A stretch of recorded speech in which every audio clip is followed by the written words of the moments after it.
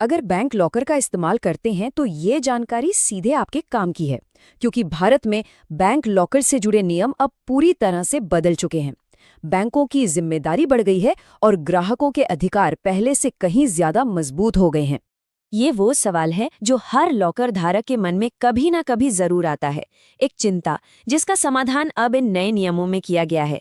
चलिए सीधे बदलाव की जड़ को समझते हैं। देखिए, पहले क्या था कि अगर लॉकर में रखे सामान को कुछ हो जाता तो बैंक की जिम्मेदारी को लेकर ना कोई साफ साफ बात नहीं थी। लेकिन अब बैंक की जवाबदेही को बिल्कुल तय कर दिया गया है। मतलब ग्राहकों को अब कई ज्यादा सुरक्षा मिलती है। ये सारे बड़े बदलाव भारतीय रिजर्व बैंक यानी आरबीआई लेकर आया है। असल में ये बदलाव सुप्रीम कोर्ट के एक बहुत ही अहम फैसले के बाद आए, जिसमें आरबीआई को निर्देश दिया गया था कि वो ग्राहकों के हितों की रक्षा के लिए बैंकों पर सख्त नियम लागू करे। इन नए नियमों के पीछे 3 बड़े मकसद हैं। पहला, ग्राहकों की सुरक्षा को और मजबूत करना।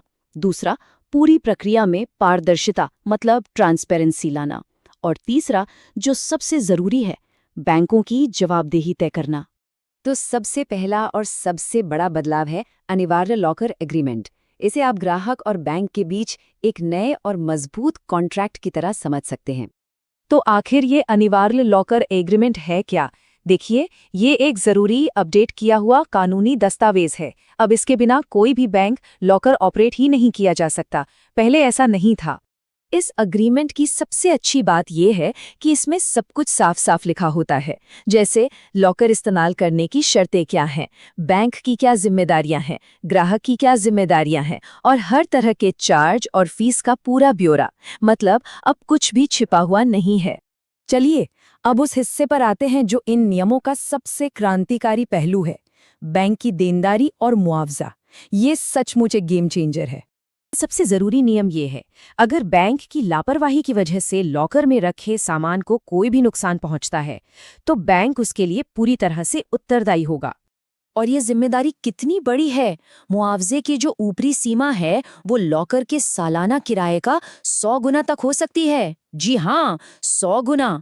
इसे एक आसान से उदाहरण से समझते हैं। मान लीजिए किसी के लॉकर का सालाना किराया 3000 रुपये है। अगर बैंक की लापरवाही से कोई नुकसान होता है तो ग्राहक को ज्यादा से ज्यादा 3 लाख रुपए तक का मुआवजा मिल सकता है। हाँ, ये समझना बहुत जरूरी है कि ये नियम सिर्फ बैंक की लापरवाही के मामलों में ही लागू होता है, जैसे कि बैंक के अंदर चोरी हो जाए, आग लग जाए या बिल्डिंग गिर जाए।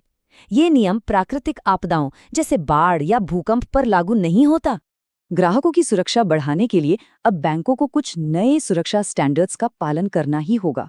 इसमें लॉकर एरिया की 24 घंटे सीसीटीवी से निगरानी, लॉकर रूम तक सुरक्षित और कंट्रोल की हुई एंट्री और लॉकर के हर ऑपरेशन का रिकॉर्ड रखना शामिल है।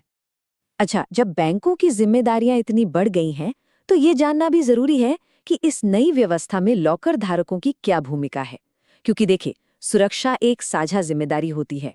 लॉकर का सही इस्तेमाल करने के लिए कुछ बातें हैं जिनका ध्यान रखना बहुत जरूरी है। अपनी लॉकर की चाबी को बहुत संभाल कर रखें, लॉकर को नियमित रूप से इस्तेमाल करते रहें। और हाँ, इसमें कोई भी गैरकानूनी या खतरनाक सामान जैसे हथियार या कोई ज्वलनशील पदार्थ बिल्कुल ना रखें। एक और जरूरी बात, अगर कोई लॉकर 7 साल तक इस्तेमाल नहीं होता और उसका किराया भी नहीं चुकाया जाता तो बैंक एक तय प्रक्रिया का पालन करने के बाद उसे खोल सकता है। इसलिए लॉकर को नियमित रूप से ऑपरेट करना जरूरी है।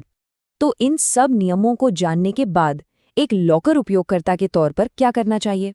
आइए एक छोटी सी चेकलिस्ट देखते हैं जो इन नए अधिकारों का पूरा फायदा उठाने में मदद करेगी।